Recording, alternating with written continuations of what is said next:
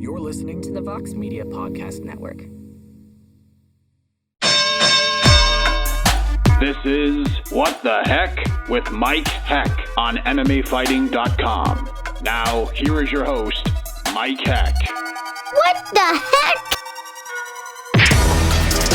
Well, hello there, everybody. Welcome to a brand new episode of What the Heck on MMAfighting.com.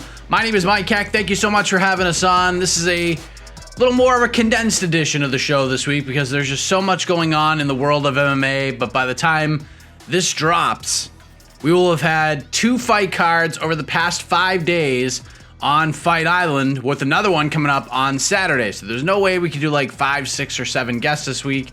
Want to make sure that we're all fresh and ready to go for all the coverage going on this week on MMA Fighting. And with that, big shout out to our guy, the Brazilian Beast, Guilherme Cruz, waving that MMA Fighting flag proudly in Abu Dhabi, just killing the game on Fight Island. As you guys know by now, UFC 251 is in the books. A lot happened on Saturday night. To christen the island, Petr Yan is the new UFC bantamweight champion. What a performance over Jose Aldo. Alexander Volkanovski and Kamaru Usman retained their titles with decision wins over Max Holloway and Jorge Masvidal, respectively. And there was a bit of controversy and negativity surrounding the main and the co-main events, and we talk about that in depth on Between the Links. So head back into the archives, check that out, get the reactions from mostly James Lynch and Alex K. Lee, but I get a little fired up in there as well. But this week we got 4 guests. One had his eyes glued to the main event of UFC 251, so let's run down the lineup. Kind of a different show, some caveats, if you will, which I'll get to momentarily. So rounding out the show is Rob Font, the number 10 ranked bantamweight in the world. A lot of people have been asking me over the last month or two, where's Rob Font? Well, we caught up with him. He was on Fight Island as he was cornering Calvin Kattar at UFC on ESPN 13. Caught him in the middle of his Abu Dhabi quarantine. We did talk about the Kattar versus Ige fight, but obviously that happened last night as you're seeing and listening to this, so it's somewhat outdated, but he gives an update on an injury he suffered in his victory over Ricky Simone, his recovery, when he'd like to return, and more. That's where most of the conversation goes. So you'll hear from one of the members of the New England Cartel later on in the show. Speaking of the bantamweight division, we're going to check in with the newest member of that division, John Castaneda. He's going to make his UFC debut on July 25th. He's replacing Umar Nurmagomedov to face Nathaniel Wood in Abu Dhabi. This guy, honestly, should have gotten the call to the UFC a few years ago, but as you'll hear in this conversation, he probably wasn't in the right place mentally for that call, but he seems quite ready now, and that should be a crazy fight next Saturday night on Fight Island. You'll hear that chat with the former Combachi America's bantamweight champion, John Sexy Mexi Castaneda, coming up later on in the program. This past Friday morning, I got to catch up with Devonte Smith, one of the bright up-and-coming talents at 155 pounds. He is on the comeback trail as well, like Rob Font, but he had a crazy 2019 with ups and downs in the cage. He had that knockout loss to Kamaru, and arguably the biggest upset of the year. And then a few months after that, he tore his Achilles tendon. He had surgery, and slowly but surely, he's been getting better. And as you guys probably know by now, just sad news. Devonte's 23-year-old sister, Darian Smith, was caught in a crossfire in downtown Columbus, Ohio, early Saturday morning, and was unfortunately killed in the incident. And this happened around 18 or so hours after my conversation with Devonte Smith happened. Just so sad. My heart breaks for Devonte and his family right now. There is a GoFundMe set up for the family to help with funeral costs, support for Darian Smith's 2 children that she left behind, ages 6 and 2.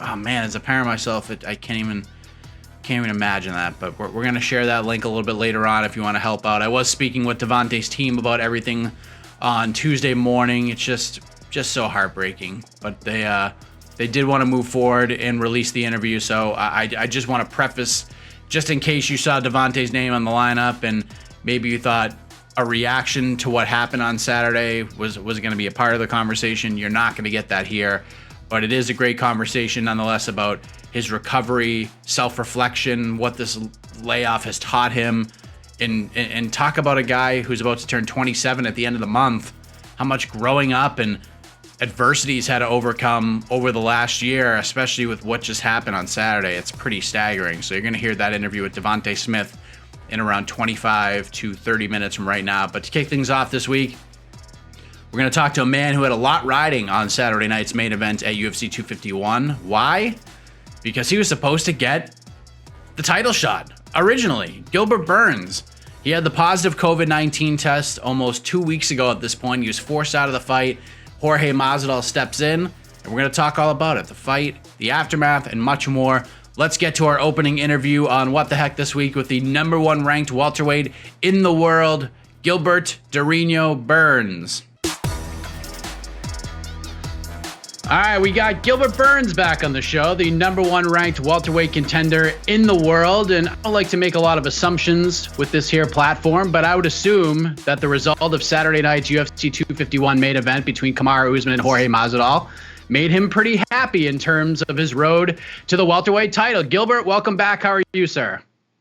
Thank you. Yeah, I'm doing good. I'm almost 100%, but yeah, I was very happy with the results of the fight. Yeah, couldn't go any better. I knew the fight was going that way, a little boring, but I had Kamaru winning by decision. So physically, you're feeling much better. I mean, I think everybody thinks that they've had COVID at one point. I thought I had it like several months ago, but who the hell knows? You've actually experienced it, and you know that you've had it. So how would you say you feel now compared to maybe a week or 9 days ago? I'm feeling a lot better than I was feeling a couple of weeks ago, especially after Saturday. I think Saturday I started feeling better. I don't have more headaches, but I still feel that my body's a little weak. I still recovering. I'm not 100%.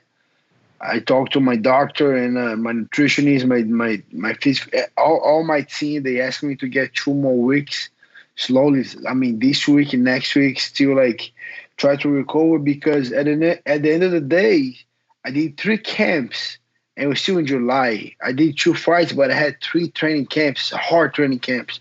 So yeah, I need to get a little recovery, just come back slowly, but not 100%. Let's say 80%, 85% getting better. What is taking all this time off and recovering like for you? Because you're such an active guy and you never like to take breaks. So now you kind of are forced to take one. What is that like for you? Like you said, I don't like it. I'm being crazy already. I talked to my manager. We had a plan, but yeah, I think I need it. My body need, my family need. I need to, my family went to 3 training camps with me. Maybe I think the end of the fight with them in mind, that was when our pandemic start. So they got a little bit on that. They no school for the kids, staying at home, doing the training for Tyron Woodley. Then after that, the training camp for, look, I got a guy right here. The training camp for Kamaru. And if you think about it, the last 2 training camps, I was training for 5-minute rounds, so that was a tough one. And yeah, I'm gonna enjoy those 2 more weeks. Taking a good time with the kids. We went to the pool a little bit today. I'm gonna get retested this week, see if I'm free. But I think I will be. But I'm gonna enjoy a little bit more with the family before I come back to the gym. That's good. Finding a silver lining in a pretty unfortunate situation. But how did you find out that news, if you don't mind me asking? Because it seems like you were getting ready to head to Vegas for your first quarantine, and then the news comes out. What was kind of going on when you got the news that you were positive and that you weren't going to be able to fight for the belt at UFC 251? Yeah, it was devastating. It was hard. So I had a strong headache on a Wednesday, but through the week, I was feeling good. I even did a test on Monday on the following week. So Monday I did a test, came back negative. I was with a big headache, and I'm not gonna lie. But on my mind, it was because of the sparring that I had. I said, man, spar so hard, that freaking headache.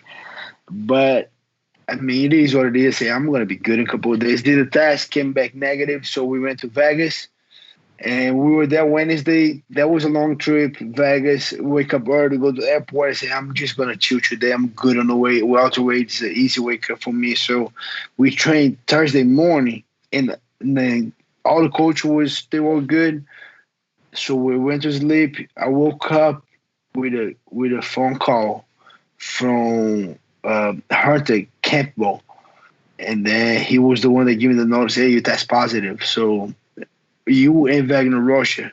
So we're going to wait a little bit. We're going to make another test, and we go from there. I'm not going to take no decision now. And then I was devastated right there. When they give me the notice, I was like, wow. And they came to the room. I couldn't leave the room. They retest me, and they came back positive again. And then on that meantime, the results of my other coach, Greg Jones, came positive as well. Just my brother that was in the room with me, he tested negative. He came back to Florida. He retested, get negative again. That thing is just crazy. He was in the room with me. We were playing. We saw a couple jiu-jitsu techniques, and then we talk about it. And I said, yeah, I think you can hit them, Kamaru. He said, yeah, let's drill a little bit. We drew. So he wasn't in contact with me, and then he was negative. And that was devastating. The UFC wants me to stay in Vegas for 2 weeks, quarantining there. And I was just like, you know what? I'm going home. They don't want me to go home. And then I said, look, I'm just have a strong headache. But I got 2 coaches right here, Wagner Russia and Greg Jones. They will leave anyways. They're not going to stay here. We couldn't fly back. And I had one of my coaches that he was there for the previous UFC, and he tested positive too, Kamaru Berzini. So UFC gave us a car, and then we got back driving, and that road trip, it was wow. I don't even have words for that, but we drove from Vegas all the way to Florida.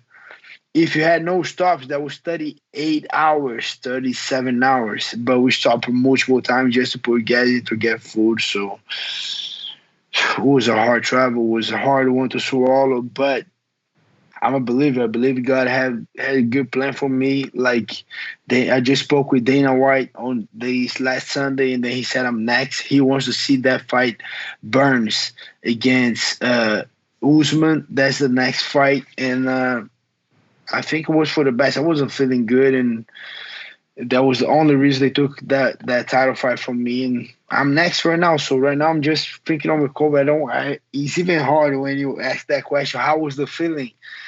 It was tough, very tough.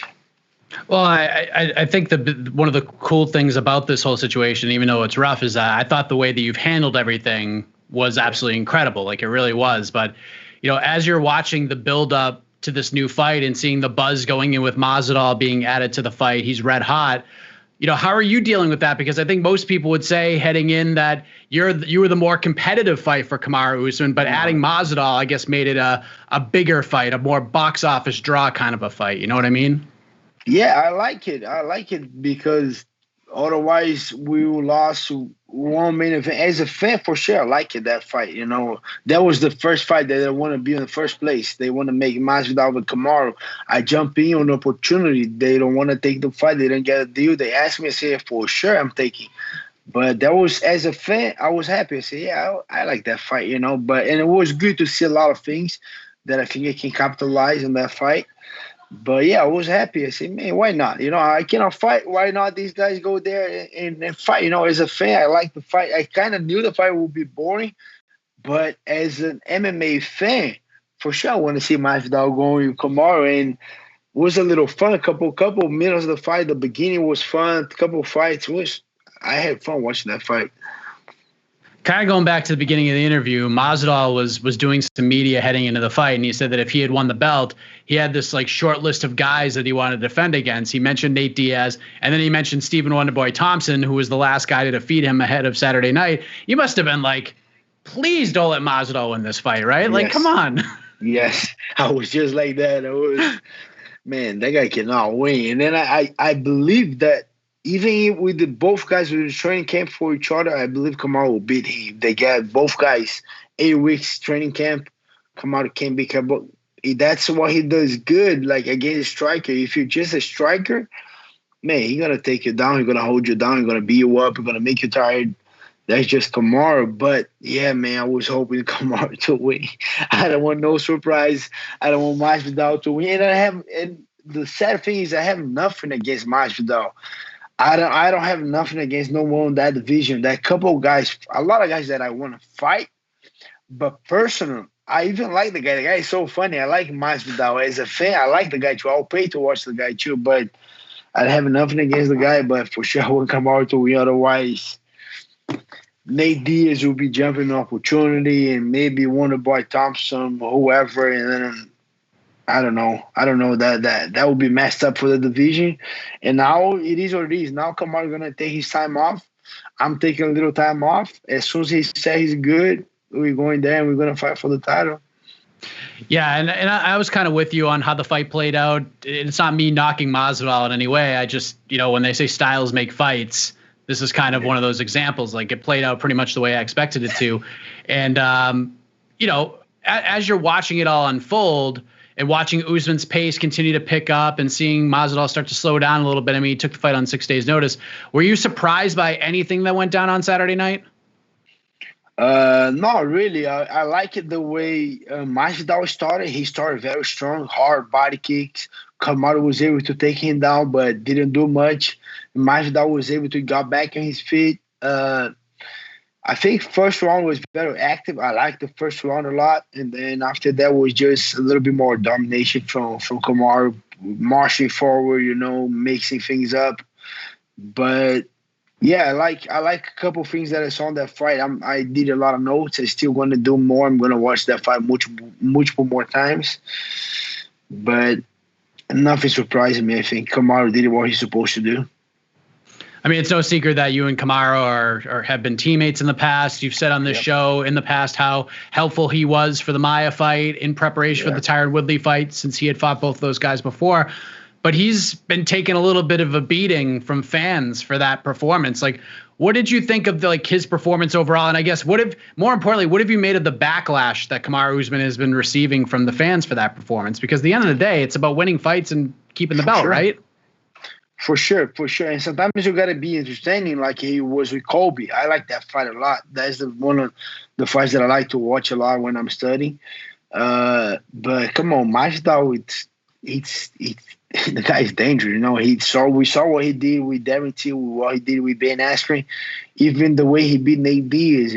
So yeah, he's dangerous. I think Kamaru did what he's supposed to do, and people just say, "Oh, that guy took a fight in 6 day notice." But Kamaru was trying to fight me, and he was even the fight was even canceled as Kamaru. I got the notice that was out of the fight on Friday. I think they just got the deal done on Sunday or Monday. I'm not sure. I think it was a Sunday.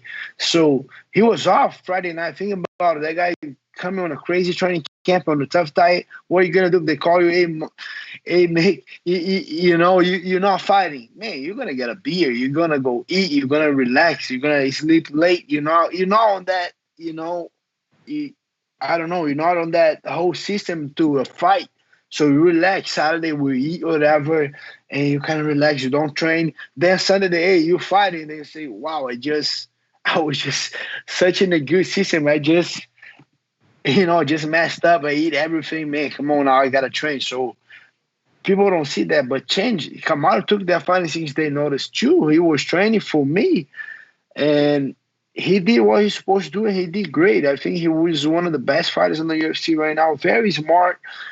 Doesn't take a lot of damage, unnecessary damage, and I don't like the way the fans treat him because he's a nice guy. I like Kamaru as a person, a good friend, good father, and a great teammate. I have no complaints. Like, he always gave me great routes when I have good ideas, and I like the guy. It's hard to see a couple people going crazy on him, but it's the fight game, I guess we cannot make everybody happy, Yeah, it's for you because you sort of mentioned it. You had to sort of take the fighter aspect out of it and sort of watch it more as a fan. And I'm sure that Kamaru's approach to fighting you was going to be much different than it was fighting Masvidal. But were you watching on Saturday night thinking, damn, I would have beaten this guy? Like, if I was in there tonight, I'd be the welterweight champion right now. I was very confident. I was looking. I was like, wow. Looking like I could do this right now. Okay, I could do this. Wow. And I was texting a couple of my guys that I have a lot of guys that help me with strategy, with the little things. And we were back and forth texting like, wow, I could do this. What do you think about if I do this? What? And I was just having a lot of ideas. And then, I was very confident. Watch that fight. But again, that was Masvidal. That wasn't me. With me, he could do a lot of, I think he would get a different approach. But I think it will be kind of the same approach. Like, he don't want to take me down because I'm going to make it. He's going to waste a lot of energy to try to hold me down because I'm going to be very offensive on my back. I think he will try to put me more against the cage than really take me down to the floor. But I love it. I just can't wait. I was just looking like, wow, a lot of things that I can't do, and and it will be exciting. Another thing too is going to be exciting. I'm not going to let the guy hold me and don't do nothing. No, bro. I have my submission. I can wrestle too. I'm going to do open hand slap. I'm going to stand up. I'm going to fight. I'm a fan too. I hate boring fights too. I buy every single pay-per-view I buy. I watch. I want to see the fights. I watch all type of fights. I watch all UFC. I watch Bellator. I watch One Championship. I watch all the grappling matches. I like entertaining fights too. When I'm there, if it have to be ugly and dirty, it will be. But if I can make it entertaining, I'm gonna make it. So now we're in this like interesting place. So we talk about what's next for Usman, and I think 99% of people are in agreement that you should be the guy to fight for the belt next. And of course, Leon Edwards is a name that gets thrown out a lot, and it kind of sucks for him because he was supposed to get the Woodley fight in March. It was canceled because of COVID, so he hasn't been able to fight in like a year or so. So I can certainly understand fans of Leon Edwards shouting from the rooftops that he deserves a title shot. His resume has certainly merited one. But listen, and you know this, timing is absolutely everything in this sport. You took an opportunity. You made the most of it, and now you're in this position. But this is your title shot, right? Like, you are next in line to fight for the belt. There's no other discussion, right? I'm just fighting for the belt. Like, I'm recovering right now. The champion is recovering. We're gonna fight soon. We're gonna fight soon. That's next. The boss already said that was the first time that he texted me and say I'm next. I say, oh, let's go. And but I got it, But let's make it just one thing right here. My birthday is July 20. Right now, it's coming up. Yeah. And it's going to be Leon Edwards' anniversary, too. That's 1 year without fighting. And come on, we're not going to blame 1 year the pandemic. When the pandemic started, March. So what this guy was doing, July to March, it was the pandemic. Yeah, it was the pandemic. Yeah, for the Woodley fight. But before that, you have so much time. So since his fight, I fought twice, almost 5, but I fought 4 times. Since his fight, come on, bro. Like, I agree. You got 8 fights, and beat 2 of my guys. He beat Luke. That was 1999, I think, when they fought. That was so long ago. And then he fought RDA. That was on my birthday last year. After that, I fought 4 times, almost 5, bro. Come on, you cannot blame. Oh, that was the pandemic. No, bro. He fight 1 or 2 a year. And I've been fighting, okay. And the crazy thing that doesn't go through my mind is he was supposed to fight Woodley, okay? I went there and I fought Woodley and I dominated the way I did. And then he gets a title shot because I beat the guy that he's supposed to beat. Come on. I make the effort. I make the work. He got the reward. Oh, come on, bro. That just, those guys are going crazy. So I'm next. And I agree, Leon Edwards is on the conversation too. But, like, just give my opponent back. Give his opponent back. He's supposed to fight Kamaru. Give him Kamaru. He's supposed to fight Woodley. Take Woodley or take Colby or take that 3-piece in the soda back. I think if I 3, man, come on. I'm from Brazil. I'm from Rio. I will take that 3-piece in the soda back like 100%. I'll be, for sure, like, my main priority is to be the champion. But if I take that 3-piece, man, we need to fix that. We gotta finish that business first. I think everybody saw it on Twitter as well. There are some out there that have suggested that you should fight Leon Edwards in a number one contender fight, and you've clearly made that known that it should absolutely not be the case. No. And the only reason that would make any sense to me, Gilbert, is only because you are such an active guy. So like Kamaru could be out to like November, December. So maybe you just get bored at waiting and you would take that fight. But other than that, it doesn't make any sense to me. No, that was the discussion that I have with my manager, Ali Chu. He said, bro, don't go crazy. You're next. But I like, bro, but it takes so much. I say, no, relax. So, and what happened is, look, let's make it. I don't need to throw numbers out there, nothing. But let's make it back in the days. Remember that big bag of coins? Even when you put money, that the emoji come up with a big bag of coin with a big ass. So let's say if I fight with Kamaru, I'm gonna make like 5-6 bags of that money of a coin. Think about 5 to 6 bags of coins. All right, and fight for the title. What I want to be the champion. I want to be the best. Okay. If I fight Leon Edwards, I'm going to make 1 bag of coin. If I win, 1 more bag. So I'm going to ask you, what do you think? You're going to wait and get the 5, maybe 6 bags of coin? Or you're going to, okay, don't worry, I don't care. Give me one bag if I want to get another one. What you do? I'm taking the 6 bags of coins, plus I'm enjoying the time off. But you're not you're typically not like that. I'm like that, but the only thing, I did 3 training camps already, bro. That's true. That's the only thing and 2 of those training camps were for 5 rounds. For 5-minute rounds. So I need some time off to just get the COVID-19. So I need to rest a little bit. If it wasn't for that, maybe I was fighting again. But if I fight again for another 5-minute rounds September, let's say I go crazy and I say yes, I fight Leon in September. And then I do beat Leon. Let's imagine, okay, beat Leon, all good. Now I fight for the title. And then Kamaru say, I'm ready in November. So, and then I got to go to another fight camp for another 5-minute rounds, bro. I'm going to be killing my body. I'm going to be going crazy. So best scenario for me right now is to rest, get time off for maybe 2 or 3 more weeks off for my family, recover my body. And then I'm back in training, and then when Kamaru's ready, I'm ready. We fighting for the title.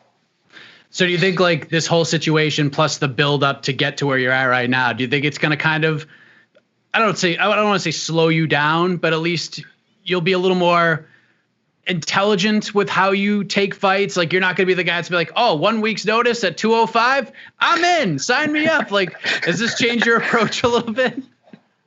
Wow. I'm taking more conversation with my mentors, my coach, and my management, because I'm that kind of guy. I'm this guy. I love to compete. That's how I get better. Get better competing, fighting. But the main goal, the main priority is to get the belt, is to become a champion, and making that for sure. I have big problem in front of me right now. That's Kamaru. Let's say I beat Kamaru. Let's just imagine I became a champion. I want to defend that belt so quick. Then I'm going to start going crazy. Then I'm going to defend that belt like John Jones said. He never made. Oh, I'm going to defend 3-4 times. No, I'm going to. That's what I want to do. But man, the main goal right now is to get that belt, fight for the title, get that belt, and then we go from there. But I want to be very active. Like you guys saw, it's hard for me to take time off. I'm going to because I have to. My doctor said, my coach said, my management said, I'm going to take it. I'm going to rest. And you guys are going to see a great version of me as soon as I fight Kamaru, and we go from there. Have you spoken to Kamaru since Saturday at all? Not yet. You plan on reaching out to him and saying congratulations, but enjoy it while you can because I'm coming? Yeah, it's going to be a little weird. If I feel like I will do it, I'm going for the feeling. If I feel like I hit him up, I will. But I'm congratulating him everywhere that I'm saying he did a great job. He's a great champion, and I think that's enough for right now. We're about to fight. I don't want to be like, hey, we're about to get in a cage fight. So you don't want to be too friendly, respectful, but not too friendly. For that's sure. What it's all about right there, for sure. Yeah, that's Pedro right here. Yeah, how you doing, buddy? Okay. He's just hanging out. But I appreciate the time, man. I'm gonna let you hang out with your family. But before I let you go, what's the message to everybody as we await this next move as you're taking time off? For all the fans, maybe members of the media, for Leon Edwards, Kamaru, Usman, et cetera. What's the message for everybody as you're recovering and getting ready for your shot at the title? The message is the fight's going to be crazy. If you guys hyped up Masvidal, didn't have the results, I'm coming and I'm going to fight. And I'm going to give everything I have to get that title. It's going to be nice. It's going to be crazy. We know each other's game. For sure, we're going to try to make some adjustments, try to make, bring something new. But it's going to be a crazy fight. I cannot wait. I'm super excited. I'm more hungry than ever. I was doing all my goals going to the fight. I want to be 100%. I want to do a lot of things. And one of the questions is, how is my motivation going to the fight? And my motivation was 100%. But I don't know how, but I'm more motivated than ever to go to this fight. I'm going to be active on the social media, shutting these guys up, try, making a little funny trash talk, maybe get new memes. But yeah, you guys tune in. As soon as I fight Kamaru, it's going to be a crazy fight, an amazing fight. I'm confident I'll be the new champion. And tune in. As soon as they give the date, you guys going to tune in. You're going to see a crazy and amazing fight.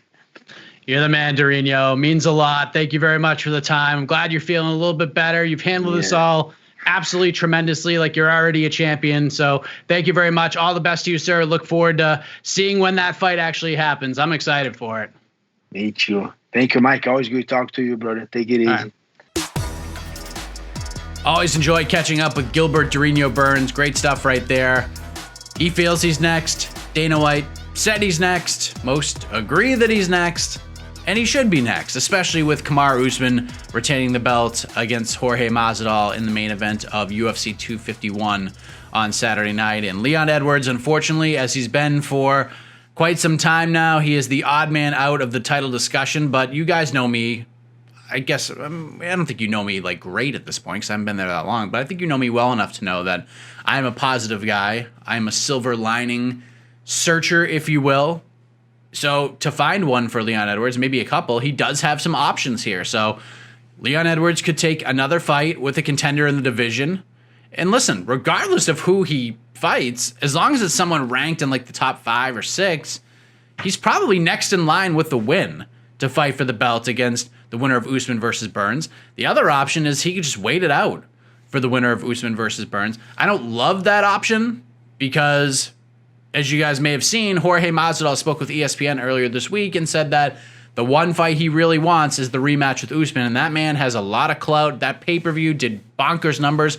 Mike Coppinger of The Athletic reported that it did around 1.3 million buys on ESPN Plus, which is just ridiculous. So Masvidal, although that fight was one-sided, he took the fight on 6 days' notice. Wasn't really competitive, but he had his moments. You could sell that fight again more than likely just because Masvidal is a part of it. So if I'm Leon Edwards, I'm taking another fight. And listen, I know there are some people who suggested a number one contender fight between Burns and Edwards, and I understand the thought process there, as I told Gilbert when we spoke, but you cannot pass Gilbert up for getting a title shot for his next fight. You just can't. 170 is very interesting right now. If they could pull this off, if they could somehow convince him to do it, I think Edwards versus Masvidal would be the no-brainer fight with their history. I just don't know if Gamebred is just too keen on that one. And it's not because he's scared to fight Leon Edwards. He just, when you're looking at it from like a box office perspective, maybe Leon Edwards isn't that big of a name or big of a draw. And I get that. I mean, he's trying to make money and cash in and do all that stuff. But I think that's the fight. I mean, you get the story there. You get the 3-piece and a soda thing going on. Like, I don't understand why that fight, 1, hasn't been made, or 2, isn't even being discussed right now.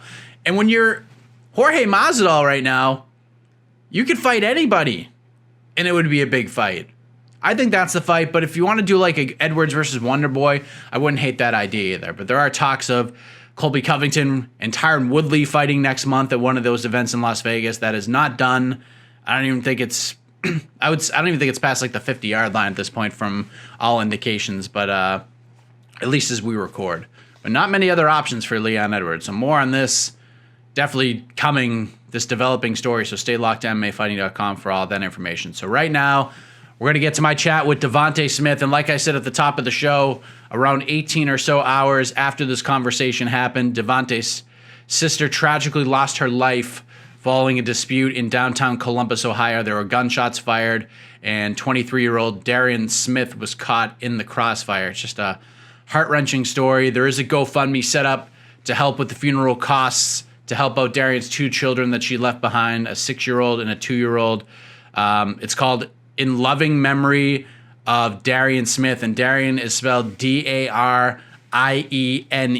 That's Dariene. Hopefully we can get a graphic of the link here if you guys want to, if you have the means, if you can donate $1 or $5 or whatever. You can also find the link on the story of this incident at MMAfighting.com. Such a sad story, but we're going to air that chat that took place early Friday morning with Devonte Smith right now. All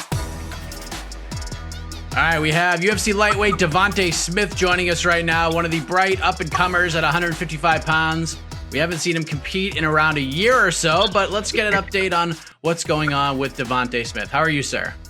I'm good. Enjoying the quarantine, still recovering. Is that like a full boards full of workouts for you? Is that what I'm seeing back there? No, just more so like to-do lists, future plans, brainstorming. There you go. So as people watching this may or may not know, you and I spoke back in January when I was still on the freelance grind, and we talked about 2019 being an emotional roller coaster of a year for you. You had some ups, you had some downs, a lot of chaos in regards to opponent switches, the loss to Kamaru, and then to put the cherry on top of the old Sunday for you, Devonte, you tore your Achilles tendon in November, which required surgery. So fair to say that 2019 was a huge year for growth and self-reflection for you? Yeah. Oh, yeah. Especially self-reflection. Yeah. Big year of self-reflection. And what sorts of things have you been reflecting upon with all this extra time? Just life in general. Obviously, is this what I want to do? Because Achilles tear, that's something like you got to live with. You know what I'm saying? Like going forward, even after fighting. And knowing the possibilities of, pray to God that nothing else happened, but possibilities of other injuries coming up. And, just self-reflection on just, this is what I wanted to do since I was 14, and like I said, if I still want to do it, but I do, but looking at the fights, thinking about what did I do wrong? My last camp, what could I have done right? To eliminated certain stresses, just certain things, aspects of my life. So, I feel a lot better. I feel a lot more, clear-minded. It's just gotta still do the recovery thing before I can like physically, show what I can do. Did it get to a point for you that you were willing to say goodbye to the sport? Did it get that close at all? No, it's.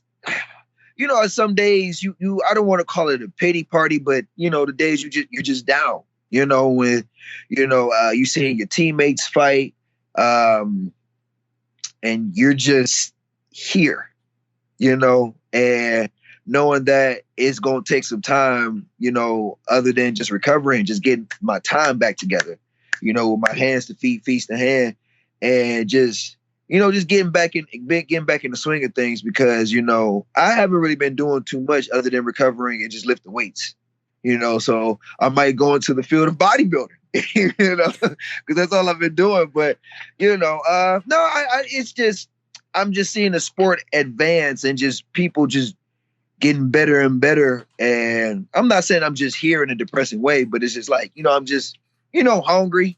But I'm being patient. I'm being very, very, very patient because I know when it's my time to shine, I'm gonna shine bright. So, I think everybody kind of experiences this, no matter what line of work you're in. Like you see, when you have to take some time off, it's almost like I guess you feel like you're almost like you're left behind in a way. Yeah. Is that accurate? Yeah.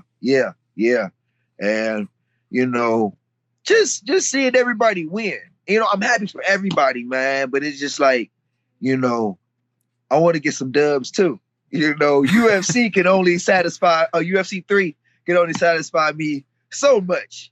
And, you know, and lately I just been getting cooked. So I ain't even been playing the game too much because I've been getting too salt. Like, you know what? In real life, that wouldn't happen.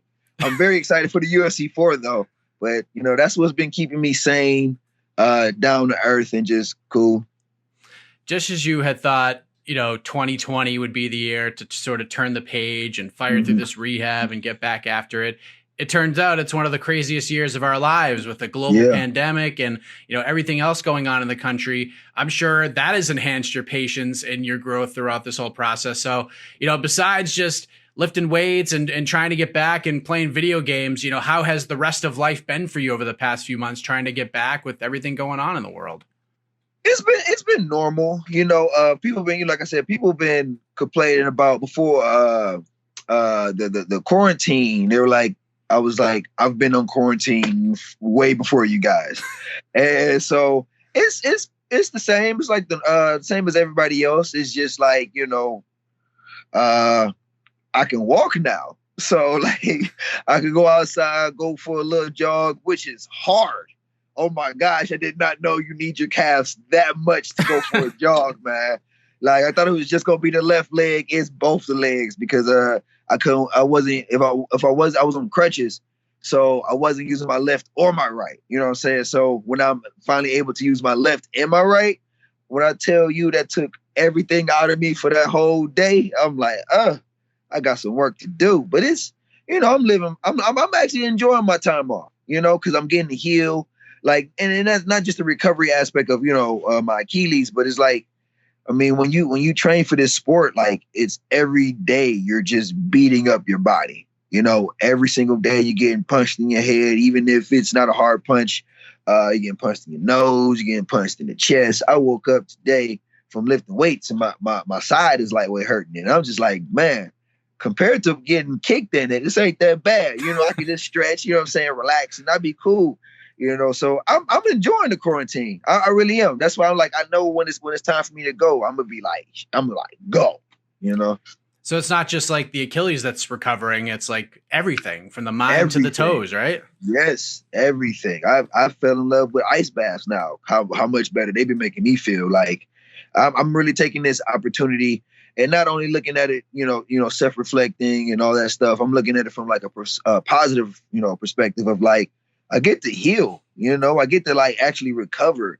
You know how Floyd Mayweather come in, fight one time, get 300 mil, and you don't hear from him for like 3-5 more years because he just chilling, he relaxing. And, you know, I get to spend time with my family. I get to be home in Cleveland, Ohio.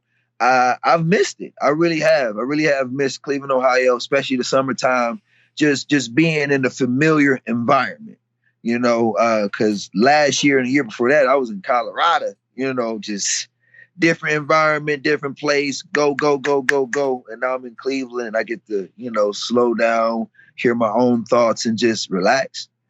Has it felt in a way like it's almost like turned back the clock for you going back home and experience all of that? Like going back to the guy who just got into the sport and is working towards something. Do you feel kind of like it's gone down that way for you, like mentally? Yeah, actually, yeah. And that's a good thing because it's like, it's so weird. And I hope you understand what I mean by this when I say like I'm learning myself again. You know, like I said, I'm hearing my own thoughts, and it'd be so random because I'll just be talking to one of my close friends, my dude Marcus. He lives out here in Cleveland, and we was just talking, and you know, we was talking about fighting, and I forgot what I said, but I was explaining to him like the mentality of a certain move or a certain, you know, whatever, but it just clicked for me. Like, oh, that's why I used to say that. Okay. Like, you know, because when you're around different people in a different environment, you tend to adopt their ways, you know, not saying it's better, not saying it's worse, but you just tend to adopt their ways and start to think like them rather than yourself. So that's why I say, like, I'm starting to learn myself again. You know, it's a really good familiar feeling. So do you think once you are ready to get back into a training camp, do you think you're going to go back to Colorado, or do you think you're going to stick around where you're at right now? I'm gonna go back to Colorado for the time being. I like it out there. You know, I built a really strong connection with everybody out there. I love the altitude training. I mean, it's a love-hate relationship. I don't like, you know what I'm saying, the pain you go through during, but how you feel during the fights and after the fights, that's the love part. They have a lot of great fighters up there, and they're growing. And I'm excited I was actually talking to Mark Montoya a couple of days ago. He called to check in on me, see what's going on. He's excited. He wanted to get me back. My manager wanted to get me back, but we all just, you know, taking our time, being patient, and just, you know, making smart moves. Because I'm not in any rush. I don't have time to come back or just because I'm super excited, get kicked one time. They're like, yeah, your Achilles just ruptured again. So I'm, you know, I know I might be a little bit over exaggerating, but I mean, it's keeping me safe. I'd rather be safe than sorry. You are a very active guy on social media, so people have been able to at least kind of follow along on your rehab journey. And for those who do follow you on the IG, as the kids say, we see your workouts are getting a little bit more and more intense as the days go on. So how is the Achilles now? How has the rehab and the comeback to King Cage 2.0 coming along at this point? The Achilles, when it comes to lift weights, is getting better. It's getting better because it was to a point where I couldn't do anything that would overwork it.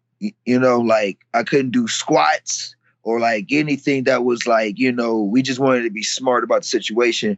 But it's getting stronger. Like I'm able to squat now. They still don't want me to push it too hard because I have days where it just gets tender. Like it'll swell up, not too bad like how it used to be, but it'll swell up and get super tender. And I have to ice bath, I have to massage it, and then I got to go to physical therapy. And like just as you said, physical therapy has been going good. You know, it's been getting more advanced with the movements. You know, I've played soccer with the kids, right? And with my niece, my baby brother, and one of their friends, and I was crossing kids up. I mean, I like from the moves that they taught me in physical therapy. I'm like, oh, okay. So I'm getting, like I said, I'm getting better at things that I wasn't good at before the injury. So, so that's a good thing. And I mean, I'm excited to come back. You know, I'm excited. I watch the fights. I see what I see. I see the flaws. I see the good things that people do. I take from it as much as I can. You know, I might try to dibble or dabble on the punching bag, you know, but again, I try not to push myself too hard because I know when it's time for me to go, I'm going to go, you know, so just taking it light, taking it slow. When we spoke in January, you had said back then that you were looking at another 5 to 6 months before you thought you could come back and compete. And if my math is correct, we would be knocking on the door here, but it doesn't seem like that's realistic at this point. So no. Timeline wise, when are you thinking? Maybe the end of the year? Maybe sooner? Possibly, maybe end of the year, but it all depends on how my Achilles feel. You know, the doctor may say one thing, but my body's telling me another. You know, and like I said, being back home, I'm hearing my own voice, and I'm gonna do what's right for not only for my career but for my health. You know, because after fighting, I'm gonna just have a Achilles injury, and that's about it. So I want to make sure that, you know, even after fighting, I'm good, not only mentally, but physically as well. As watching the fights, I'm sure like at certain points, it's a little frustrating as you talked about. You're like, oh man, like I want that feeling of victory myself. Like I can't get that right now. But at the same time, it probably motivates you as well. Like, especially when you see guys like Chris Gutierrez go out there and have the performance that he had. And like a lot of your guys have from Factory X have looked really good and picked up some big wins. So that has to motivate you as on top of the frustration too. It's kind of like a double-edged sword, right? Yeah.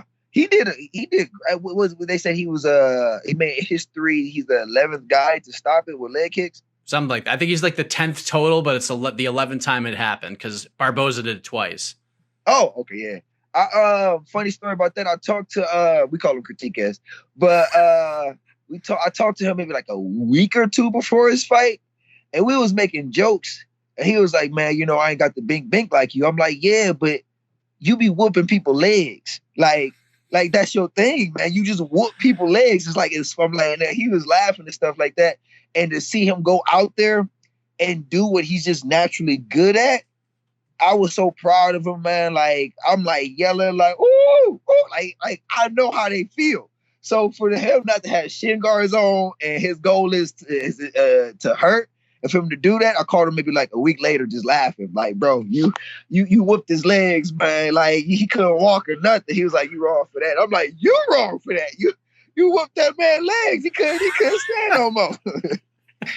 So yeah, I was happy for him. Yusuf did a great job. Like, you know, I'm proud of all my teammates, even the teammates who left the gym and went elsewhere. Like I like you said, it's a motivation to see them do great things and consistently grow.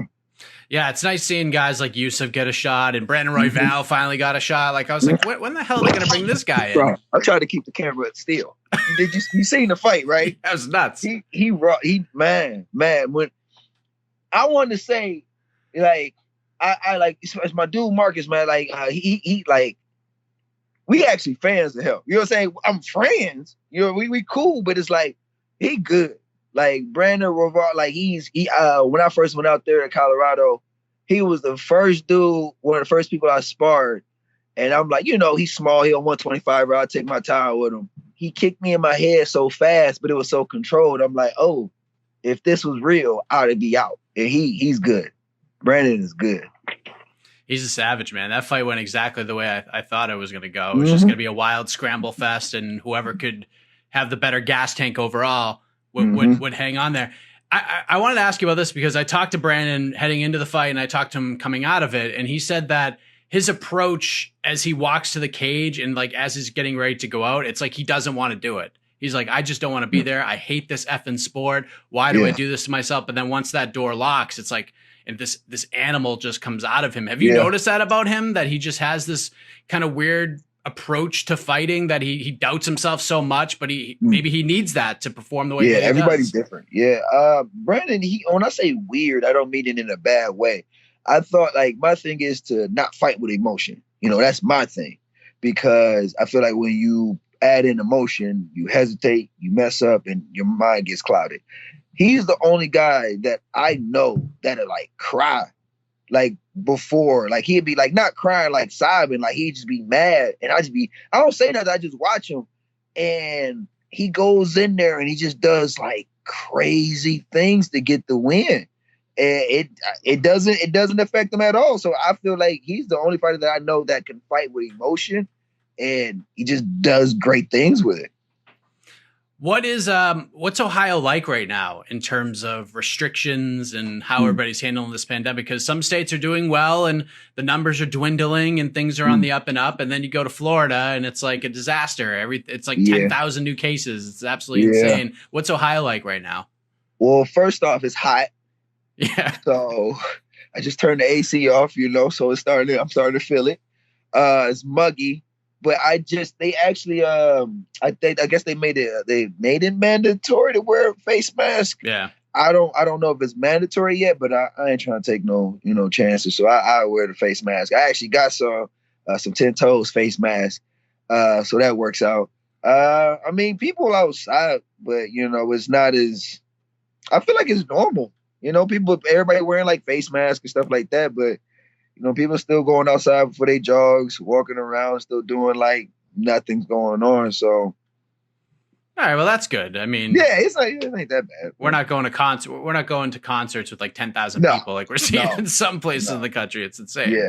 Yeah. I seen a video. I don't want to name the club just in case, but it's this cool club out here that was filled with people. I think it was last week or 2 weeks ago. Filled with people, and I'm like, man, it just take one person. It's just one person. So everybody got different priorities, man. I guess they don't want to stay in the house, you know. But if they ruptured their Achilles tendon, they're staying in the house. That's what's happening in Florida right now. Just start rupturing Achilles tendons. Everybody stay in the house. the numbers will go down. It's crazy. What do you think's been the biggest change for you throughout this whole process? I mean, we talked about the growth and self-reflection, et cetera, and, the way you look at fighting and, having that patience behind you to not have to rush things to come back. But what do you think's been like the biggest change overall since this time off? My mindset, and just going back on saying, just learning me again, being familiar with myself and just hearing my own voice, and just, looking at this for what it is. It's a business, it's entertainment, and, nothing more, nothing less. That's about it. I'm just being as blunt as I can, and once I'm out there, I show it. Keeping it simple. Yeah. Keeping it simple. Yep. Well, that's great to hear, man. You seem like you're in a really good place. Like, I'm not saying you were in a bad place in January, right, but you're in a much better place now than you were in January. Yeah, I am. Trust me, I am. I'm excited, but I can wait. I can wait. Trust me, I can wait. It's smart. You're a young guy too. You haven't even hit your athletic prime yet. Like what is that? Is that like 30? 30. Oh, really? Okay. Oh, you're good, man. I got like 3 more years then. Okay. Oh, you're good to go, man. You haven't even touched it yet. You're not even close. Yeah. See, then you get old fogies like me who are way past the prime. I went out. Speaking of going for a run, I went out for a run yesterday. It was like 90 degrees. I was like, I'm just gonna go for a run. I had my backpack on so I could drink my water. Yeah. What a nightmare, man! Like you talk about your calves, man. My shins are just a disaster. I felt like I weighed 500 pounds running yesterday. And it's hot. It's like I get it's summer, but it shouldn't be this hot. It's just too hot.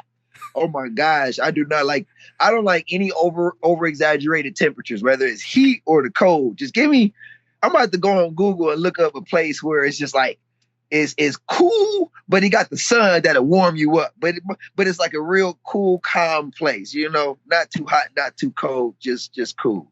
Like San Diego, or is that too hot for you? San Diego's like in the 70s every day. See, that's cool. You can deal with that? Yeah. And if it get too cold, you just throw on a cover and then you naturally just go to sleep because you're comfortable. Yeah. But it's like 70 degrees like every day there. Like every single day. There's no snow. There's no winter. It's just like every day is the same. That sounds cool. You can do with that? Yeah. That sounds cool. That sounds cool. First I got to look it up, because I saying it sound cool, but it's like, ravaged dogs, roam the area every day. So I got to make sure it's cool and safe. It's expensive out there, man. That's See, no, can't deal with it. Pros, cons. I hear you. I can't do that shit either. So cool. But great checking in with you, man. I'm glad that you're in a good place. I'm glad you're staying patient, and your time's going to come, man. You're going to come back, and you're going to display all this new growth and evolution that you've shown as you're getting back to just being normal again. After the Achilles you'll be able to run normal and it won't be as painful anymore and things will all be good. And whenever that happens, man, we'll all be watching. So thank you for the time. All the best to you. Anything else you want to get off your chest before we let you go? Other than follow me on Instagram at KOE_KINGKAGE UFC. I'm thinking about changing it because it's super long, but whatever. I'm still working on my 10 toes gear. Got a little look at that special thing. It's samurai 10 toes. I got some face masks coming out. Well, I already got them now, but I got to get some more made because people will start buying them. And again, I appreciate the love and support. I actually get a lot of love and support rather than haters, and I really do appreciate it. Sounds good, man. All the best to you. We'll see you back in there, maybe the end of the year, maybe early 2021. Mm-hmm. All right. Thank you, bro. Thanks, man. Good talking to you. Just incredible stuff right there with Devonte Smith, and my heart just breaks for that guy right now with everything that's going on. Again, the GoFundMe link to help out after the tragic incident that cost his 23-year-old sister Darian Smith her life early Saturday morning is right here on the screen. So whatever you guys can donate, $5, $10, $20, if you have the means, please help out, because this is just a horrible thing that this family has to go through right now. We send our condolences to Devonte, his family, and Darian's children, and really anybody that's affected by this awful tragedy. Devonte is a guy I've been talking to for a couple of years now, and you could kind of see it at the beginning of the interview. Like you kind of have to like get him going, but once he gets going, he's great. And I feel like Devonte and I have built a really good rapport over the years. But I did want to read a statement that was sent to me from Devonte Smith and from his team following this just horrific tragedy. He said, quote, "My sister is an amazing person who is a true source of light and inspiration in life and death. We miss her more than anything and would do anything to bring her back. We're extremely grateful for everyone's support and prayers." So whatever you guys can do to help that family out. It's almost like impossible to transition from that to our next conversation as we chat with the newest member of the UFC's bantamweight division, John Castaneda. He makes his UFC debut next Saturday, July 25th, takes on Nathaniel Wood in Abu Dhabi. Here's my conversation with the former Kambachi America's bantamweight champion, John Sexy Mexi Castaneda, on What the Heck. All right, we have the newest member of the UFC's bantamweight division, John Castaneda, joining us right now. As we found out last week, he's going to be stepping in on short notice to take on Nathaniel Wood on July 25th on Fight Island. Welcome to the UFC, John. How are you? Mike, I'm doing well. Thank you so much. I appreciate it. So this is something, right? I mean, you haven't competed in well over a year. You're coming off a win, but here we are in the UFC. Does it sound real when you hear that like you're in the UFC? Yeah, no, absolutely. You know, it is kind of surreal for sure. I feel like every fighter starts this journey to get to this point at some point, you know what I mean? To get to the UFC. We're here.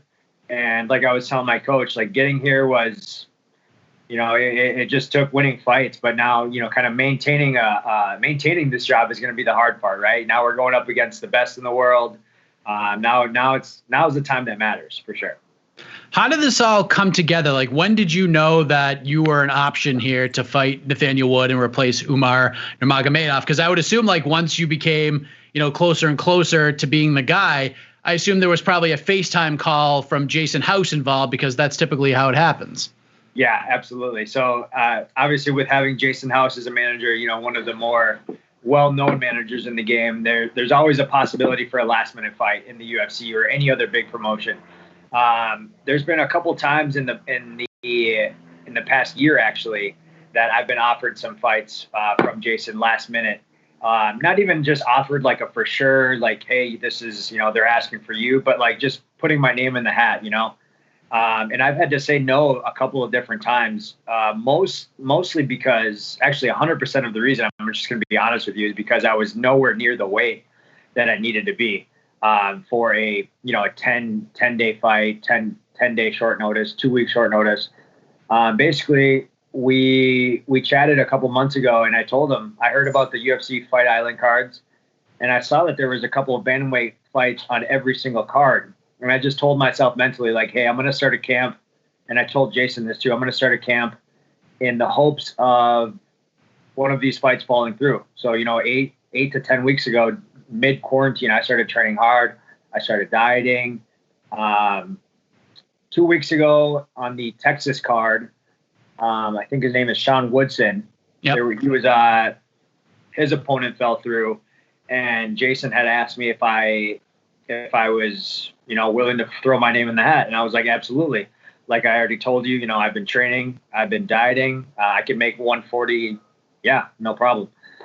So they put my name in the hat. They ended up going with a different guy, a local guy, which is no problem. But I kept training, and now we're here, basically. So this is not a typical short notice fight because you've been preparing for the spurt opportunity anyhow. Absolutely. And, you know, I'm not going to lie. The quarantine aspect of training has honestly been better for me. We at the Minnesota Martial Arts Academy, where I guess here in Minnesota, we have some rules that we have to abide by because of COVID. So we're able to train in smaller groups. And, I got my little group of 4 to 6 has been stellar. You know what I mean? A bunch of studs in the room, good jiu-jitsu guys, good strikers. And I'm getting a little bit more focused from my coach directly. You know what I mean? It's a smaller group. So I feel like I've evolved a lot during quarantine. And even in this past year, you know, I've been working hard these last 8 to 10 weeks. So I'm ready for sure.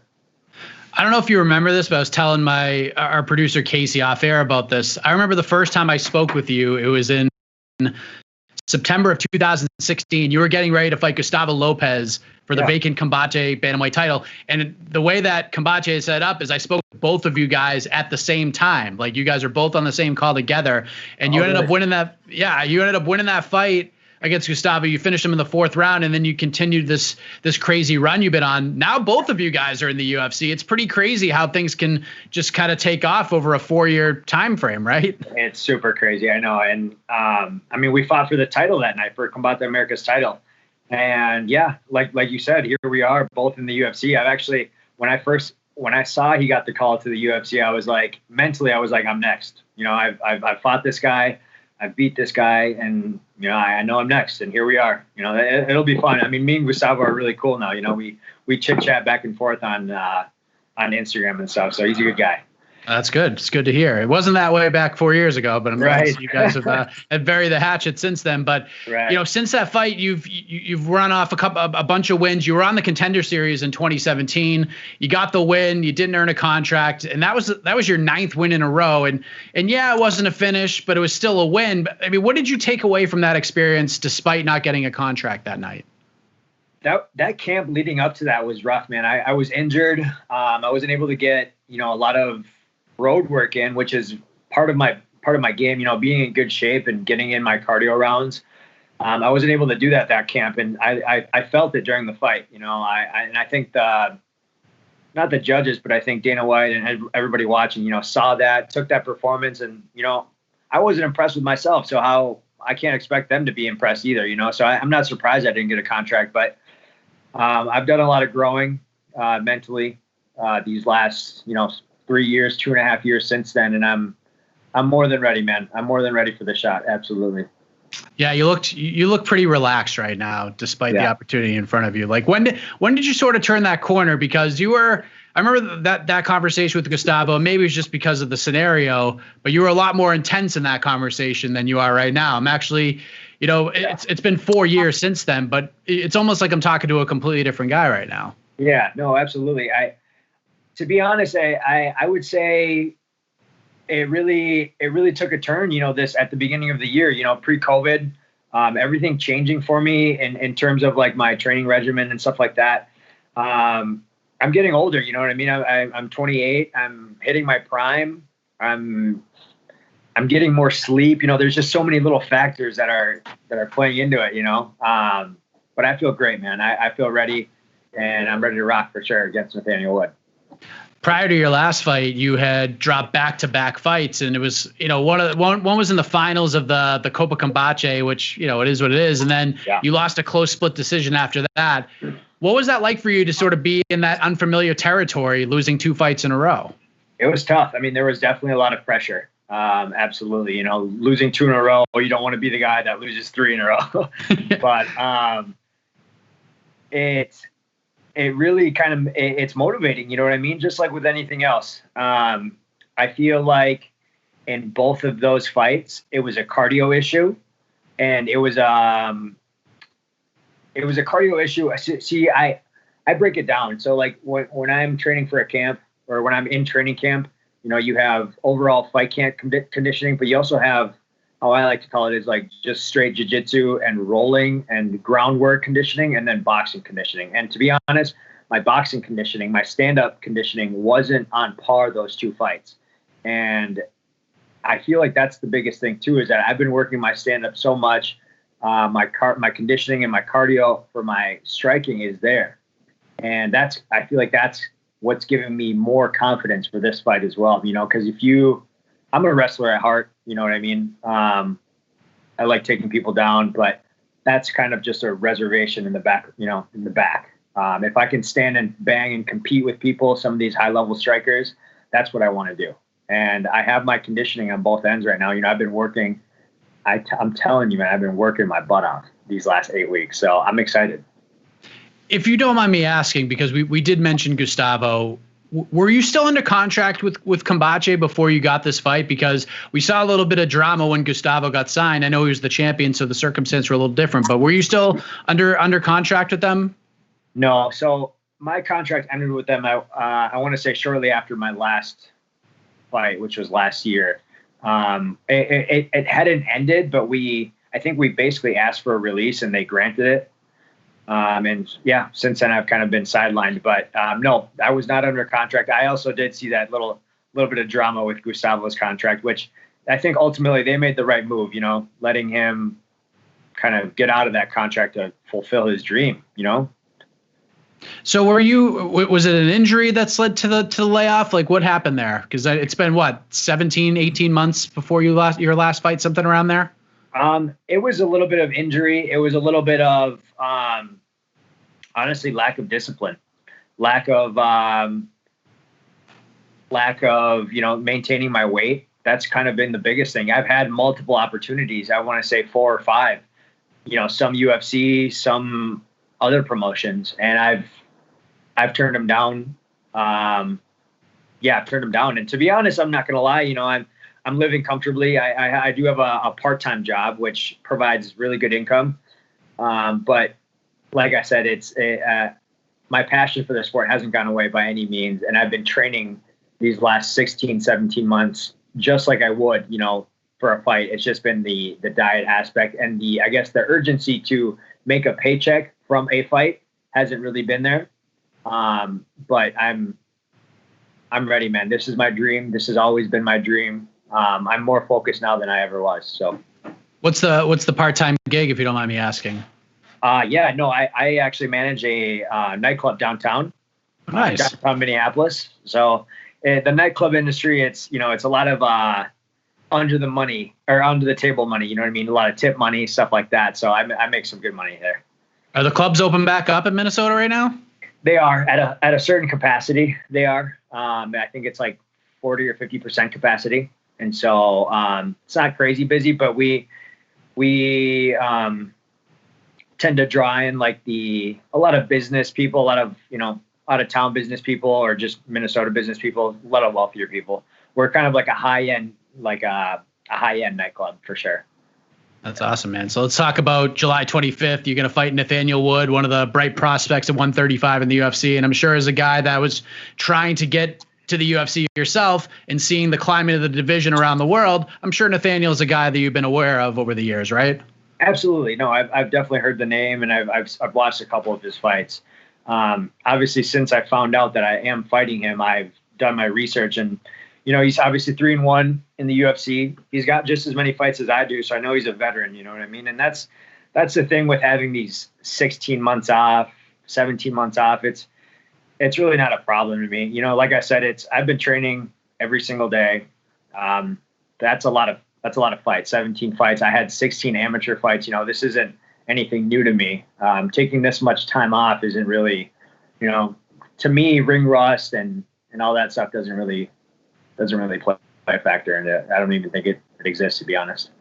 Yeah, because you've had some lengthy layoffs before in the past, so it's not like this is the first time it's happened for you. Did you watch the fight with John Dodson?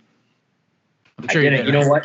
What's crazy is that I was watching all of his fights on UFC on Fight Pass, and that's the only one that won't load. And I'm just thinking to myself, why won't that load? I tried re-logging in and logging out, but ultimately I know his style and I know his tendencies. I know what he does. I know his strengths and his weaknesses. So it is what it is. I don't need to watch that fight to know that, When do you head to Abu Dhabi?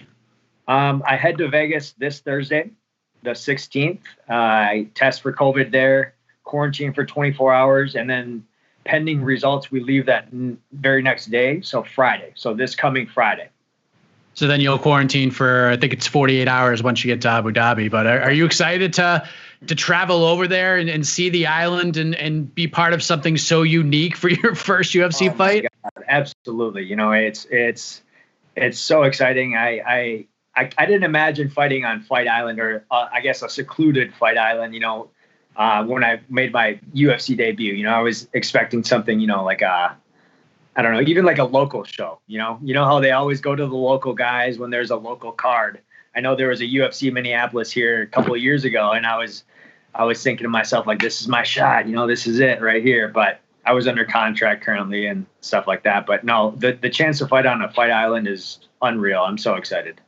How do you like the actual matchup itself from a stylistic perspective with Nathaniel? How do you feel you match up with him, strengths, weaknesses, etc.? I think that I have the advantage on the ground. I think he's got some finishes via submission. To be honest, I don't really know the caliber of the guys that he fought though, that he submitted. I think Dodson was obviously his toughest opponent. Striking wise, I know he's fast. He's fast and he's active, but like I said, I've been working my hands like crazy, man. And I hit like a truck for a 35er. I know that for a fact. And I know that if I can tag him, I can hurt him. So the goal is to stand and strike with him, hurt him on the feet. But I know my wrestling's better than his. I believe my jiu-jitsu is better than his as well. And my transitions between positions, you know what I mean? I watched a lot of these guys that he took down, and these guys aren't moving. These guys, he takes them down and he submits them. These guys aren't moving. These guys aren't looking to sweep. These guys aren't looking to get up. They're just complacent where they are. And I don't know if you've ever seen my fights, but that's not me. You know what I mean? You're a wild man. I'm a wild man. How does this all play out next Saturday? Like, how do you make an introduction for this new crop of fans that are going to be watching you for the first time on July 25th? Like I said, I'm just looking to put on a show, man. I'm going out there, putting on a show. Hopefully, like you said, making some new fans. But my prediction would be a submission win. Did you watch the card on Saturday, UFC 251? I did. I was so juiced with it. I actually got a chance to train with Rose Namajunas here because I train at the Minnesota Martial Arts Academy. Coach Greg Nelson, that was where she first started training, and she actually trained a couple months with us here at the beginning of the year. So I was able to get some training in with her. I was rooting for her. I was super pumped and glad that she won. The main event, I kind of saw that coming, especially with Masvidal taking it on short notice and that brutal weight cut. 20 pounds in 6 days. That's crazy. But otherwise, the whole main card, the whole card was unreal. So definitely set a standard for the rest of the Abu Dhabi fights.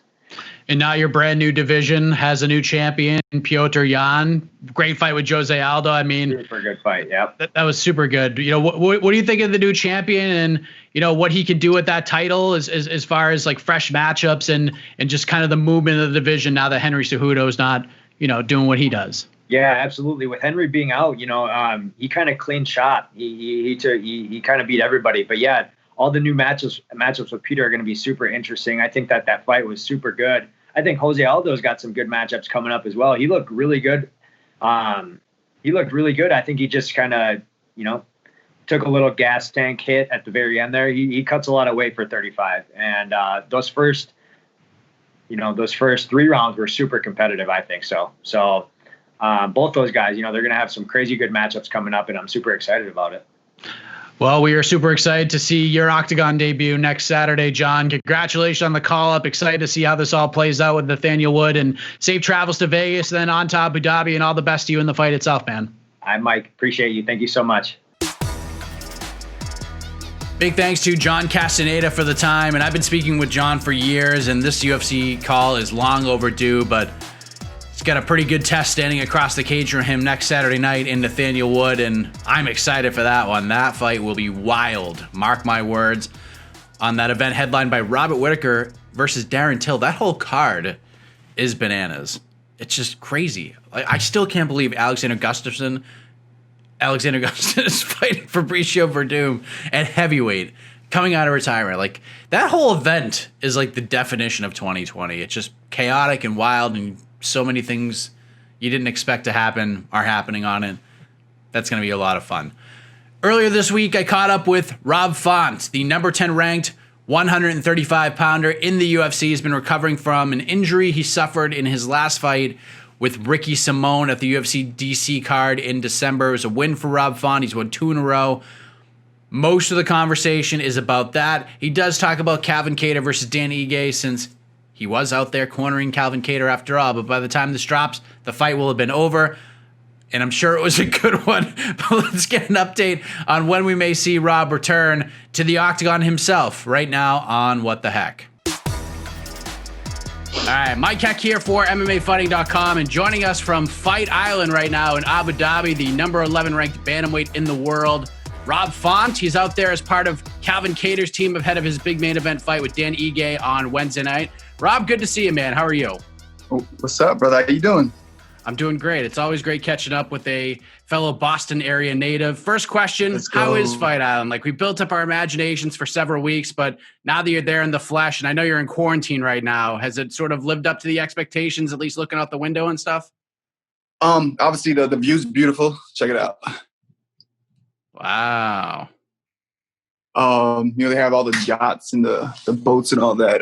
As far as getting out there, obviously we've been quarantined for 48 hours. But the process here was smooth from Vegas.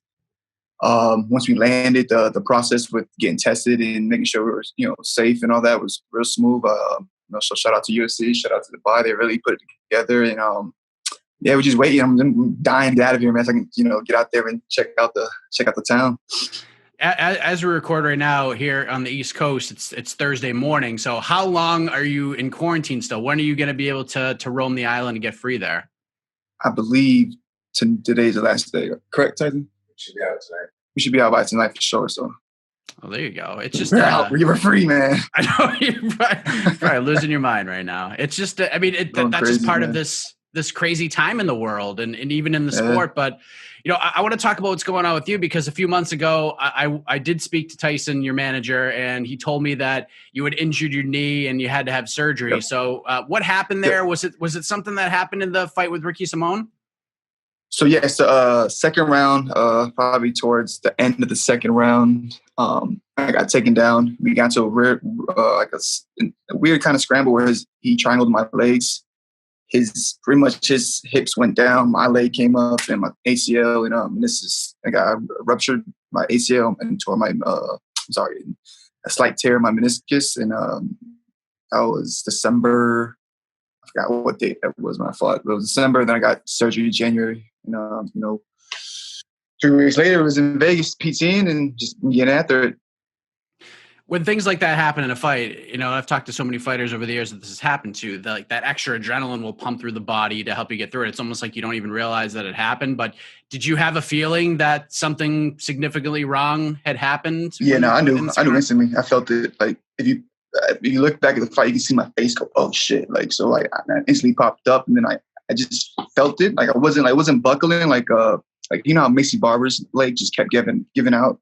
It wasn't like that. So I'm like, all right, it's not that bad. Just forget about it. I tried to keep it out as much as possible. And the third round, I kind of came in a little slow and just testing it out. But once I felt it wasn't that bad, honestly, when it took me down, I realized I could get back up and it wasn't that bad. I was like, all right, just keep pushing. And then, we got the W.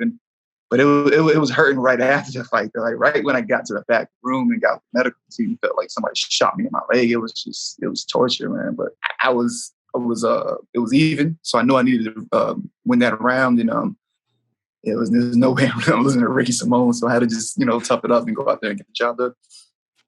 When you mentioned being in Vegas and doing your PT, and when I spoke with Tyson, he was hopeful that you could return by the end of the year. How has the road to recovery gone to this point? Where would you say you're at right now in terms of what you can and cannot do on that knee right now? Right now, mentally, I'm like 100% ready. Heather's not going to let it happen yet. The surgeon's not going to let it happen. T's not going to let it happen. Probably like 75% ready. I'm doing everything as far as strength and conditioning, pads, light drilling with certain people, really just Calvin. And that's it, really. So I'm not rolling, I'm not sparring. I'll probably get back to sparring in probably September, but it'll probably just be boxing for that first and lots of drills. And but I'm ready. I feel confident. I'm like, I could fight right now. Like I was like thinking about how can I jump to this Frankie Edgar fight? Like how can we make this happen? But there's no way, right? But I'm confident. I feel good. I feel like I haven't even less step. If anything, I felt like I got better. I got a whole brand new knee, so I'm like I'm a better person for that. So I'm ready, man. Division's exciting. There's a lot of movement in the division, and I'm ready to get back in there and mix it up with these guys. Yeah, because you see, like in baseball all the time, some of these pitchers will have Tommy John surgery, and they'll have to go in and just dig out all the garbage out of the shoulder, and then they come back and they're better than ever. Is it kind of like how you feel right now?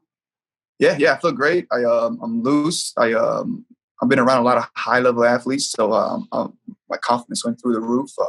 Heather Lennon actually hooked me up with a PT out in Boston, and he pretty much does the whole Patriot lineup, a lot of the Bruins, a lot of the local lacrosse players. So like I'm watching these high level athletes recover from ACL, recover from shoulder or whatever, and I'm watching how they do it, and I'm like, I'm right in there in the mix with all these high level athletes, and I'm just gaining confidence every day. So I'm ready.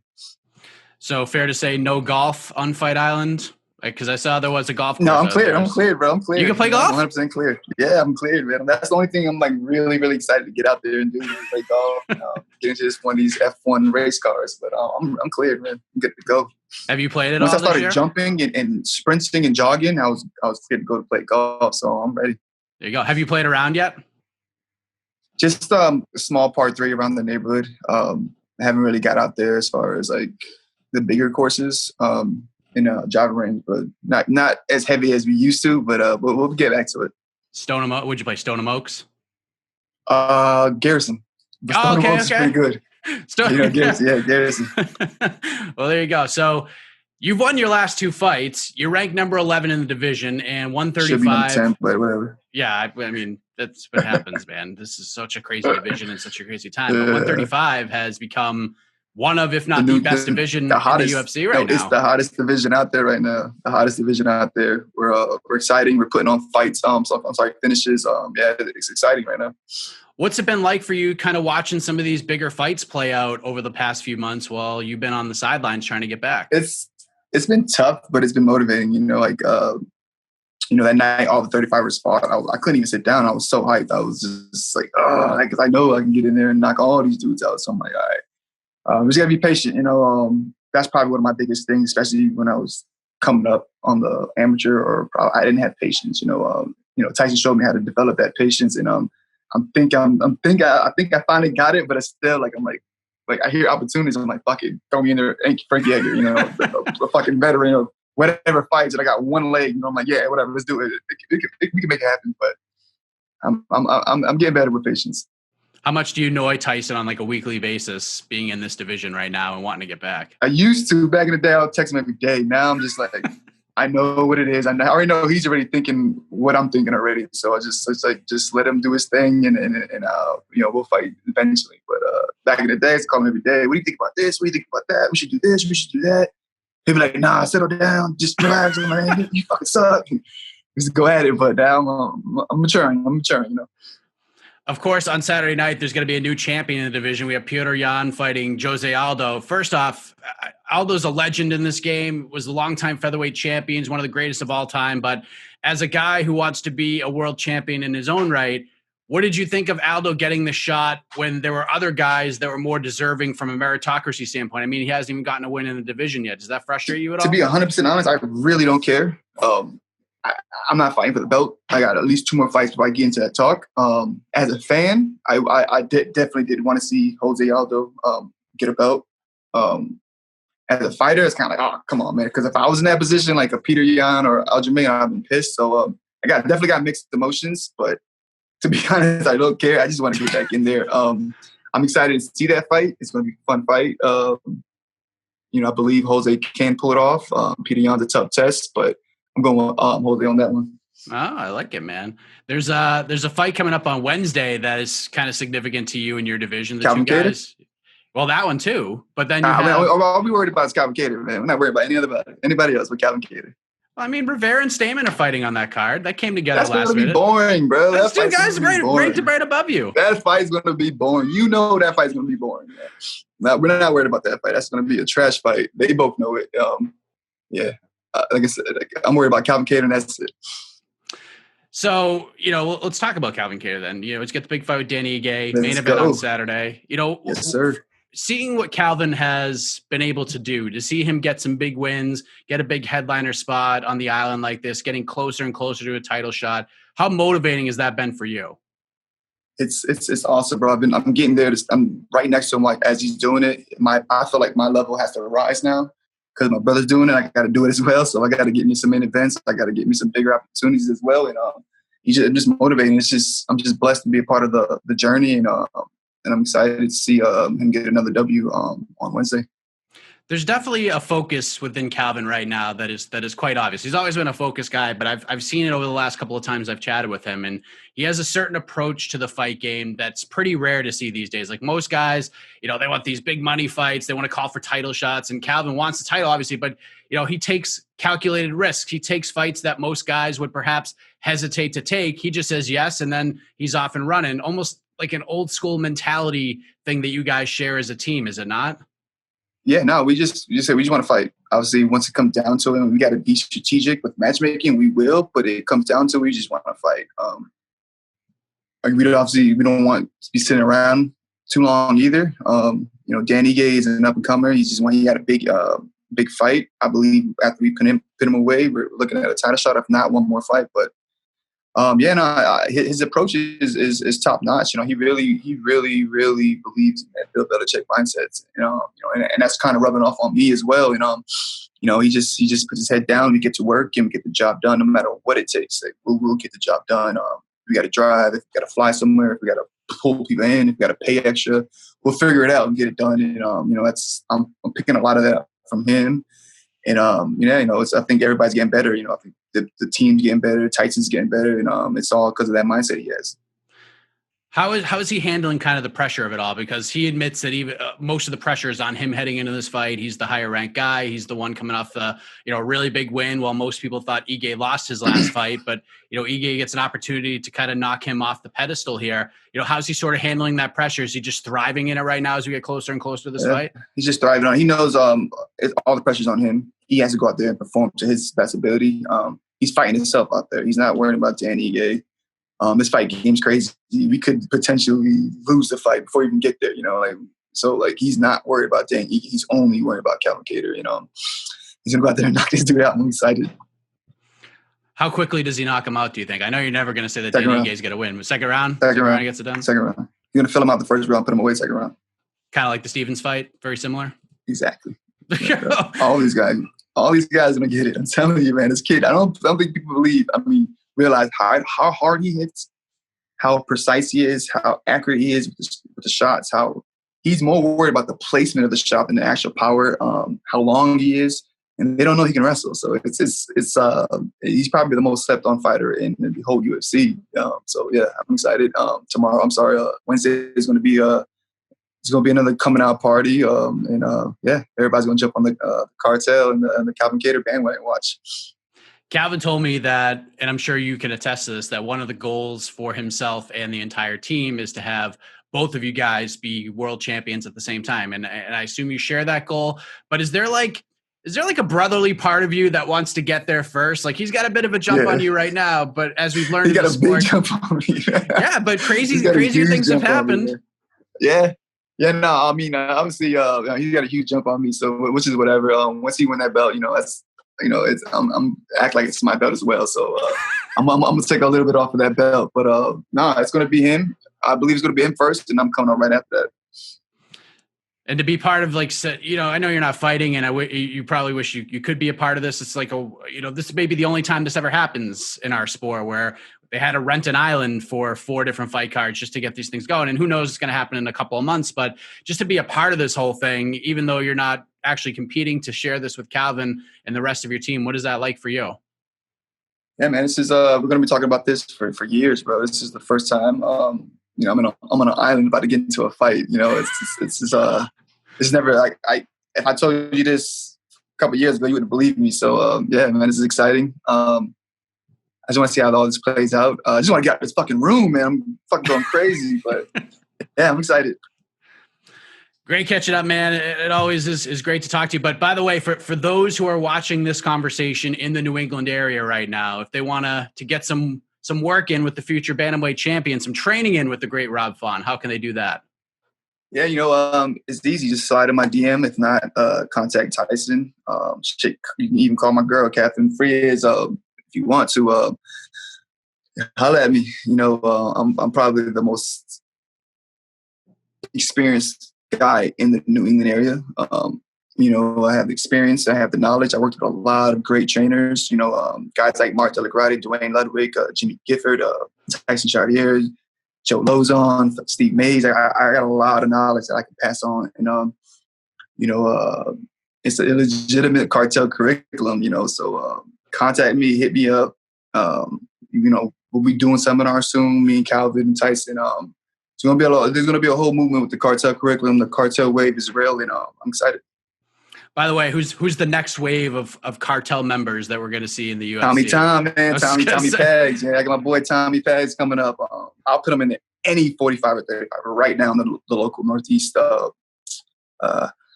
MMA region. I'm talking about anybody, Jay Perry and anybody, Jed Perez, anybody can get it. They're all getting knocked out. Watch. You're going to see how he's literally going to run through that whole division of 45ers, 35ers, if you can make the weight. He's getting kind of big right now, but he's going to destroy the whole Northeast. And give him 2 or 3 fights, he'll be right in the UFC. Watch. There we go. We look forward to that. New England. I feel like the region. I feel like the New England region's been exciting for quite some time. Kind of slept on in when you're talking about the sport, but I feel like right now we're at a point where it's starting to break out a little bit more. You know what I mean? Yes, sir. Yeah, I'm excited. Again, like I said, we got a lot of young up and coming talent. Obviously, we have Calvin on the 5th team, so it's big things are happening for the Northeast, for the cartel, and I'm excited. There you go, man. Enjoy the time on the island. Can't wait for you to be free. I'm sure you're just excited to get that wristband on and walk around and see what this island's all about. All the best to Calvin. All the best to you and the rest of the team this week, Rob. Appreciate the time. Thank you so much, brother. Appreciate you. All right, take care. Bye, Tyson. Bye. Hey, buddy. See ya. The robe and everything, brother. I know. Look at that. $1 million. Let's go. A member of the New England cartel, Rob Font, wrapping up this week's episode of What the Heck. A big thank you to him and all the guests and fighters who joined us this week. Gilbert Burns, John Castaneda, Devonte Smith. Again, our condolences to Devonte and his family. Please donate to that GoFundMe if you can. It's just heartbreaking stuff. If you want to do something nice today to help somebody out, that'd be a good way to do it. But that's going to do it for this week's show. Another UFC event on tap for this Saturday night in Abu Dhabi. This one will be headlined by a fight for the vacant UFC flyweight title, the rematch between Davison Figueiredo and Joseph Benavidez. We will have you covered with weigh-ins for that event tomorrow morning. We'll have a preview show, full coverage on fight night, so keep it locked on MMAfighting.com. Big thanks to Casey Lyden on the production side, Esther Lynn on the graphics, and of course, to all of you guys and gals who watch and listen to the show every single week. You guys have no idea how much that means to me and to all of us. But we're done. The ranting is over. I gotta save my voice, all right? Enjoy the fights on Saturday. And as always, have a heck of a week, everybody.